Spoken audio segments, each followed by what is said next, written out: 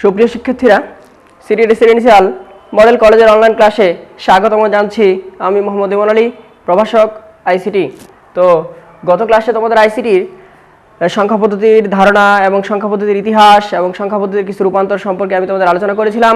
তো গত ক্লাসে আমি তোমাদের শিখিয়েছিলাম যে ডেসিমাল সংখ্যা থেকে কিভাবে বাইনারি সংখ্যা, অক্টাল সংখ্যা বা হেক্সাডেসিমাল সংখ্যায় রূপান্তর করা যায়।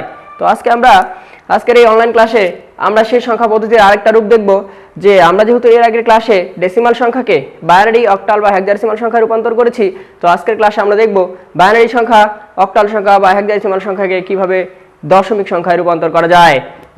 অর্থাৎ বাইনারি, অক্টাল, হেক্সাডেসিমাল সংখ্যাকে আমরা কিভাবে দশমিক সংখ্যায় রূপান্তর করব। ঠিক আছে? তো এর আগে আমরা আলোচনা করেছিলাম যে দশমিক সংখ্যাকে কিভাবে আমরা বাইনারি, কিভাবে আমরা অক্টাল, কিভাবে আমরা হেক্সাডেসিমাল সংখ্যায় রূপান্তর করতে পারি, সেটা আমরা আলোচনা করেছিলাম। তো আজকে আমরা শিখব কিভাবে বাইনারি সংখ্যাকে দশমিক সংখ্যা, কিভাবে অক্টাল সংখ্যাকে দশমিক সংখ্যা, কিভাবে হেক্সাডেসিমাল সংখ্যাকে দশমিক সংখ্যায় রূপান্তর করতে পারি। তো আজকে আমরা সেই জিনিসটা শিখব। ঠিক আছে? তো আজকে আমরা প্রথমে দেখি যে বাইনারি সংখ্যাকে কিভাবে দশমিক সংখ্যায় রূপান্তর করা যায়। মনে করো তোমাদের একটা দশমিক সংখ্যা দেওয়া থাকলো, হ্যাঁ, মনে করো 10101, এটা একটা দশমিক সংখ্যা। উক্ত সংখ্যাকে কি করতে হবে বলো? দশমিকে রূপান্তর করতে হবে। দশমিকে রূপান্তর করতে হবে। দশমিকে রূপান্তর করতে হবে।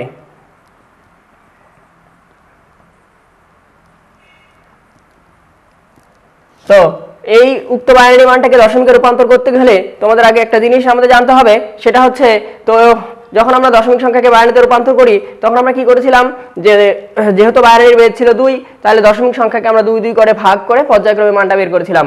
কিন্তু এখন এই বাইনারি মানটাকে যদি আমরা দশমিক সংখ্যায় রূপান্তর করতে চাই, তো সেক্ষেত্রে কি করতে হবে? সেক্ষেত্রে তোমাদের একটা নিয়ম মনে রাখতে হবে, যে বাইনারি, অক্টাল, হেক্সাডেসিমাল সংখ্যাকে অর্থাৎ বাইনারি, অক্টাল, হেক্সাডেসিমাল সংখ্যাকে আমরা দশমিকে রূপান্তর করতে হলে বাইনারির ক্ষেত্রে 2 এর পাওয়ার n এবং অক্টালের ক্ষেত্রে 8 এর পাওয়ার n, হেক্সাডেসিমালের ক্ষেত্রে 16 এর পাওয়ার n দিয়ে পর্যায়ক্রমে উক্ত বাইনারি মানকে কি করতে হবে? গুণ করতে হবে। গুণ করে উক্ত গুণফলগুলোকে সংরক্ষণ করে আমরা যে গুণফলটা পাবো, গুণফল এবং যোগফলের সমন্বয়ে যে আমরা মানটা পাবো, সেটাই হবে তার দশমিক মান। এখানে n এর মান শুরু হবে কোথা থেকে? 0 1 2 3 4, 0 থেকে 1 2 3 4 5 6 7 8 ধনাত্মক মানগুলো যতগুলো আসুক না কেন। ঠিক আছে? তো আমরা এখন দেখি, এটা আলোচনা করি। মনে করো 10101, তো আমরা সেদিন আলোচনা করেছিলাম যে সর্বপ্রথম যে বিটটা দেওয়া থাকে সেটাকে বলা হয় এমএসবি, আর পরে যে বিটটা দেওয়া থাকে সেটা হচ্ছে কি? এলএসবি। তো এখন দেখো এই এমএসবি এবং এলএসবি, তো আমরা যখন বাইনারি সংখ্যাকে দশমিকে রূপান্তর করব, তখন আমরা কি করব? যেহেতু আমরা দশমিকটাকে যখন আমরা বাইনারিতে রূপান্তর করে নিচ থেকে উপর দিকে সাজিয়েছিলাম, ঠিক তেমনই বাইনারি সংখ্যাকে দশমিকে রূপান্তর করতে হলে এর এলএসবি বিটের মান থেকে এমএসবির দিকে পর্যায়ক্রমে 2 এর পাওয়ার 0, 2 এর পাওয়ার 1, 2 এর পাওয়ার 2 এভাবে আমাদের গুণ করতে থাকতে হবে। তাহলে দেখো সমাধানটা কি হচ্ছে? তাহলে 1 ইনটু n এর মান এখানে 2 এর পাওয়ার n, 2 এর পাওয়ার n বলতে n এর মান 0, তার মানে কি 2 এর পাওয়ার 0, তারপর যোগ তারপর দেখো 1 ইনটু 2 এর পাওয়ার 0।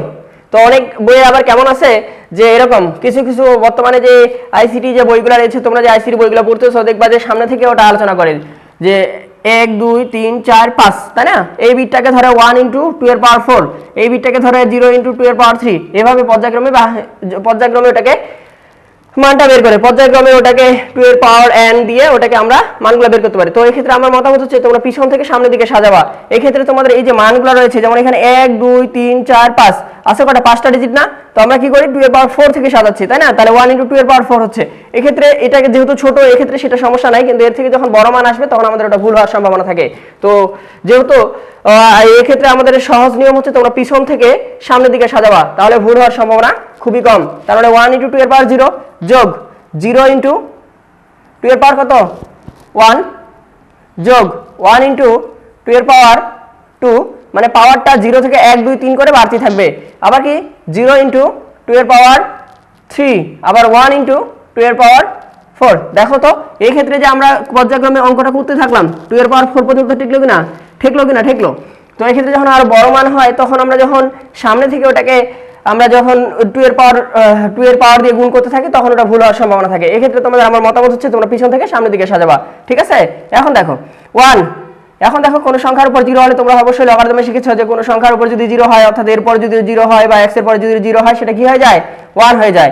তারপর 2 এর পাওয়ার 0 মানে কি 1, আবার 0 এর সাথে কোনো কিছু গুণ করলে 0 1, 2 এর পাওয়ার 2 মানে কি 4, 0 এর সাথে কোনো কিছু গুণ করলে 0 1, 2 এর পাওয়ার 4 মানে 2 গুণন 2 গুণন 2 গুণন 2, তাহলে 2 দুগুণে 4 4 দুগুণে 8 8 দুগুণে 16, ঠিক আছে? তাহলে দেখো 1 আর 1 গুণ করলে 1 0, 1 এর সাথে 4 গুণ করলে 4 0, 16 1 এ 16। এখন দেখো 16 0 তো কোনো দাম নেই তাই না, তাহলে 16 আর 4 এ যোগ করলে কত হবে 20, 20 আর 1 এ 21, ঠিক আছে? তাহলে দেখো 1010 এর দশমিক মান কত 21, ঠিক আছে? তো এই নিয়মে আমরা সহজেই যে কোনো বাইনারি মানকে দশমিকে রূপান্তর করতে পারবো, ঠিক আছে? এরপরে আমরা এখন দেখব অক্টাল সংখ্যাকে কিভাবে আমরা দশমিক সংখ্যায় রূপান্তর করতে পারি। মনে করো এখানে একটা অক্টাল মান দেওয়া আছে, মনে করো 175 বা 123 মনে করো একটা অক্টাল মান দেওয়া আছে। এখন বলা হচ্ছে 123 কে দশমিকে রূপান্তর করো। তো আমরা বাইনারির ক্ষেত্রে কি করলাম 2 এর পাওয়ার n দিয়ে ওটাকে গুণ করতে থাকলাম। এই ক্ষেত্রে আমাদের কি করতে হবে 8 এর পাওয়ার n n এর মান 0 1 2 3 4 হতে পারে। অক্টালের ক্ষেত্রে যেহেতু আমাদের অক্টাল মান রয়েছে এটাকে যদি দশমিকে রূপান্তর করি তাহলে আমাদের 8 এর পাওয়ার n দিয়ে সেটাকে গুণ করতে থাকতে হবে। অর্থাৎ 1 2 3 কে যদি আমরা দশমিকে রূপান্তর করতে চাই তাহলে আমি বললাম যে LSB থেকে MSB এর দিকে, অর্থাৎ 3 গুণন 8 এর পাওয়ার 0, আবার কি 2 গুণন 8 এর পাওয়ার কত 1, আবার 1 গুণন 8 এর পাওয়ার 2, ঠিক আছে? তো এখন দেখো 8 এর পাওয়ার 0 মানে কি কোন সংখ্যার উপর 0 হলে সেটা 1, হ্যাঁ। আবার দেখো 2 ইন্টু 8 এর পাওয়ার 1 মানে কি 8, এখানে 8 8 এ 64। এখন দেখো 3 1 এ 3 8 দুগুণে কত 16, তারপর কত 64, হ্যাঁ। তাহলে দেখো এখন যোগ করি আমরা 6 4 10 10 3 কত 13 3 হাতে 1 6 আর 1 7 7 আর 1 8। তারপরে দেখো 123 এর দশমিক মান কত 83, 123 এর দশমিক মান কত 83। তো আমরা এই নিয়মে আমরা যে কোনো অক্টাল মানকে দশমিকে রূপান্তর করতে পারবো না, পারবো, ঠিক আছে? এরপর আমরা দেখি হেক্সাডেসিমাল সংখ্যা কিভাবে আমরা দশমিকে রূপান্তর করতে পারি। মনে করো সেদিন আমি একটা হেক্সাডেসিমাল সংখ্যার উদাহরণ দিয়েছিলাম, সেটা মনে করো যে A8, মনে করো দেওয়া আছে A8, তাই না? A8 কে তোমরা কি করতে হবে হেক্সাডেসিমাল সংখ্যাকে দশমিকে রূপান্তর করতে হবে। তো আমরা বাইনারির ক্ষেত্রে 2 এর পাওয়ার n, অক্টালের ক্ষেত্রে 2 এর পাওয়ার n দ্বারা আমরা পর্যায়ক্রমে গুণ করেছি, যেহেতু এটা অক্টাল সংখ্যাকে দশমিকে রূপান্তর করতে গেলে কি করতে হবে হেক্সাডেসিমাল সংখ্যা দ্বারা অর্থাৎ 16 পাওয়ার n দ্বারা কি করতে হবে পর্যায়ক্রমে গুণ করতে থাকতে হবে। তাহলে দেখো A8 কে যদি আমরা দশমিক সংখ্যা রূপান্তর করতে চাই তাহলে কি করতে হবে পিছন থেকে সামনের দিকে সাজাতে হবে, অর্থাৎ 8 ইন্টু কত হচ্ছে 16 পাওয়ার 0 যোগ a ইন্টু 16 পাওয়ার রূপান্তর করবে। তো আমরা একটা হেক্সাডেসিমাল সংখ্যা নিলাম, মনে করো 8 কে যদি আমরা এখন দশমিকে রূপান্তর করতে চাই আমরা বাইনারির ক্ষেত্রে 2 এর পাওয়ার n, অক্টালের ক্ষেত্রে 8 এর পাওয়ার n, হেক্সাডেসিমালের ক্ষেত্রে 16 পাওয়ার n দ্বারা আমরা কি করব প্রকাশ করব, ঠিক আছে? তো এখানে যদি A8 তাহলে আমরা একটু আগে বললাম যে পিছন থেকে সাজালে সেটা বেস্ট হয়। তো 8 ইন্টু তাহলে কত হচ্ছে 16 পাওয়ার 0 যোগ a ইন্টু 16 পাওয়ার কত 1, 16 পাওয়ার 1। এখন কোন সংখ্যার উপর 0 হলে সেটা কি হবে 1 হবে। তাহলে 8 ইন্টু 1 যোগ এই এর মান এখন কত। তোমাদের একটা ছক মানে পড়ার আগে একটা ছক আলোচনা করা উচিত, যে আমি বলেছিলাম যে দশমিক এবং হেক্সাডেসিমালের ক্ষেত্রে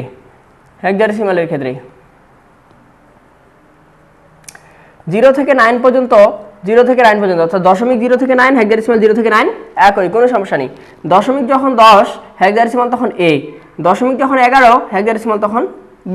তাহলে এখানে এখন দেখো তো হেক্সাডেসিমাল মান কত দেওয়া আছে a তো 16 সাথে গুণ যাবে না, যাবে কি? তাহলে এর আমরা কি করব দশমিক মান বের করব। তাহলে এর দশমিক মান কত 10, তাহলে 10 এর সাথে কি করব এবার 16 একে 16, তাহলে দেখো 8 যোগ 10 আর 16 গুণ করলে কত হবে 160, 160 এর সাথে 8 যোগ করলে কত হবে 168। তাহলে A8 এর দশমিক মান হচ্ছে কত 168, ঠিক আছে? তো এখন আমরা পূর্ণাংশ অংশটুকু শিখলাম। এবার যদি আমার ভগ্নাংশ মান থাকে সেই ভগ্নাংশটাকে আমরা কি করব, ঠিক আছে? তো ভগ্নাংশের ক্ষেত্রে দেখো তোমাদের এখানে ছিল 2 এর পাওয়ার n, কিন্তু যদি ভগ্নাংশ হয় তখন হবে সেটা মানটা 2 ইনভার্স n, 8 ইনভার্স n এবং 16 ইনভার্স n। এখানে দেখো যখন পূর্ণাংশ ছিল তখন n এর মানটা শুরু হয়েছিল 0 থেকে, কিন্তু যখন ভগ্নাংশ হবে তখন n এর মানটা শুরু হবে 1 থেকে, তখন n এর মান হবে 1 2 3 4 5 ইত্যাদি, ঠিক আছে? মনে করো তোমাদের একটা মান দিলাম, মনে করো যে 0.101, ঠিক আছে? তোমাদের এরকম একটা মান দেওয়া থাকলো 0.101 কে দশমিকে রূপান্তর করো। তো এই ক্ষেত্রে দেখো 0.101 এই বিটটাকে বলা হয় কি এমএস বিট, আর এটাকে বলা হয় কি এলএস বিট। তো আমরা পূর্ণাংশের ক্ষেত্রে কি করছিলাম যে এলএস বিট থেকে এমএস বিট দিকে সাজাইছিলাম, অর্থাৎ পিছন থেকে সামনের দিকে, কিন্তু ভগ্নাংশের ক্ষেত্রে কি করতে হবে সামনে থেকে পিছনের দিকে যেতে হবে, অর্থাৎ এমএসবি বিট থেকে এলএসবি এর দিকে, ঠিক আছে? তাহলে অর্থাৎ 1 ইনটু তাহলে 2 ইনভার্স কত হচ্ছে n এর মান কোথা থেকে শুরু, n থেকে শুরু না, তাহলে 2 ইনভার্স 1 যোগ তারপর কি 0 ইনটু n এর মান কত 2 ইনভার্স 2, আবার 1 ইনটু n ইনভার্স 2 3। এখন দেখো 1, এখন আমরা জানি তোমরা হয়তোবা নবম দশম শ্রেণীতে পদার্থবিজ্ঞানে শিখেছো যে কোনো মান যদি ইনভার্স হয়ে যায় 2 ইনভার্স 1 যদি হয়ে যায় সেটা উপরে তখন নিচে গিয়ে ভাগ হয়ে যায়, এবার যদি 2 ইনভার্স 2 থাকে তাহলে উপরে নিচে গিয়ে তখন কি হয়ে যায় 2 স্কয়ার হয়ে যায়, তাই না? ঠিক তেমনই এটা, তাহলে এটা কি হচ্ছে 1 ইনটু 1 ভাগ 2 যোগ 0 এর সাথে কোনো কিছু করলে 0, তাহলে 1 ইনটু 2 এর পাওয়ার কিউব, ঠিক না? তাহলে দেখো 1 ভাগ 2 যোগ এটা তো 0 এর কোনো দাম নেই, তাহলে 1 ভাগ 2 এর পাওয়ার কিউব দিলে কত হবে 8। তাহলে দেখো 1 ভাগ 2 কত দাঁড়াচ্ছে 1 ভাগ 2 তাহলে কত হচ্ছে 0.5 যোগ 1 ভাগ 8 তাহলে কত হচ্ছে 0.125 যোগ 0.50 তাহলে কত হচ্ছে 0.625, ঠিক আছে? তো দেখো আমরা ভগ্নাংশের ক্ষেত্রে অর্থাৎ 0.101 এর দশমিক মান আমরা পাইলাম কত 0.625, ঠিক আছে? তো সুপ্রিয় শিক্ষার্থীরা আমরা বাইনারি সংখ্যা থেকে আমরা দশমিক সংখ্যা শিখলাম, এবার আমরা কি শিখবো অক্টাল সংখ্যা থেকে কিভাবে দশমিক সংখ্যা রূপান্তর করা যায় ভগ্নাংশের ক্ষেত্রে, ঠিক আছে? তো দেখো তোমাদের মনে করো একটা মান দেওয়া থাকলো 125, মনে করে দেওয়া থাকলো 0.125, ঠিক আছে? এটা একটা অক্টাল মান, এটাকে কিভাবে দশমিকে রূপান্তর করব। তো বাইনারির ক্ষেত্রে আমরা কি করলাম 2 এর পাওয়ার 2 ইনভার্স n, তো এই অক্টালের ক্ষেত্রে আমরা কি করব 8 ইনভার্স n, তাহলে দেখো 0.125 এটাকে যদি আমরা কি করব বা দশমিকে রূপান্তর করতে চাই তাহলে এটা কি এমএসবি বিট থেকে এলএসবি বিটের দিকে যেতে হবে, তাহলে 1 ইনটু 8 এর পাওয়ার 8 ইনভার্স 1, আবার কি 2 ইনটু 8 ইনভার্স 2 যোগ 5 ইনটু 8 ইনভার্স 3। তাহলে দেখো তো 1 এটা 8টা নিচে চলে যাবে যোগ 2 নিচে 8 স্কয়ার হয়ে যাবে যোগ 5 ভাগ 8 কিউব। তো এটা আমরা এখন ক্যালকুলেটরে বের করি, হ্যাঁ?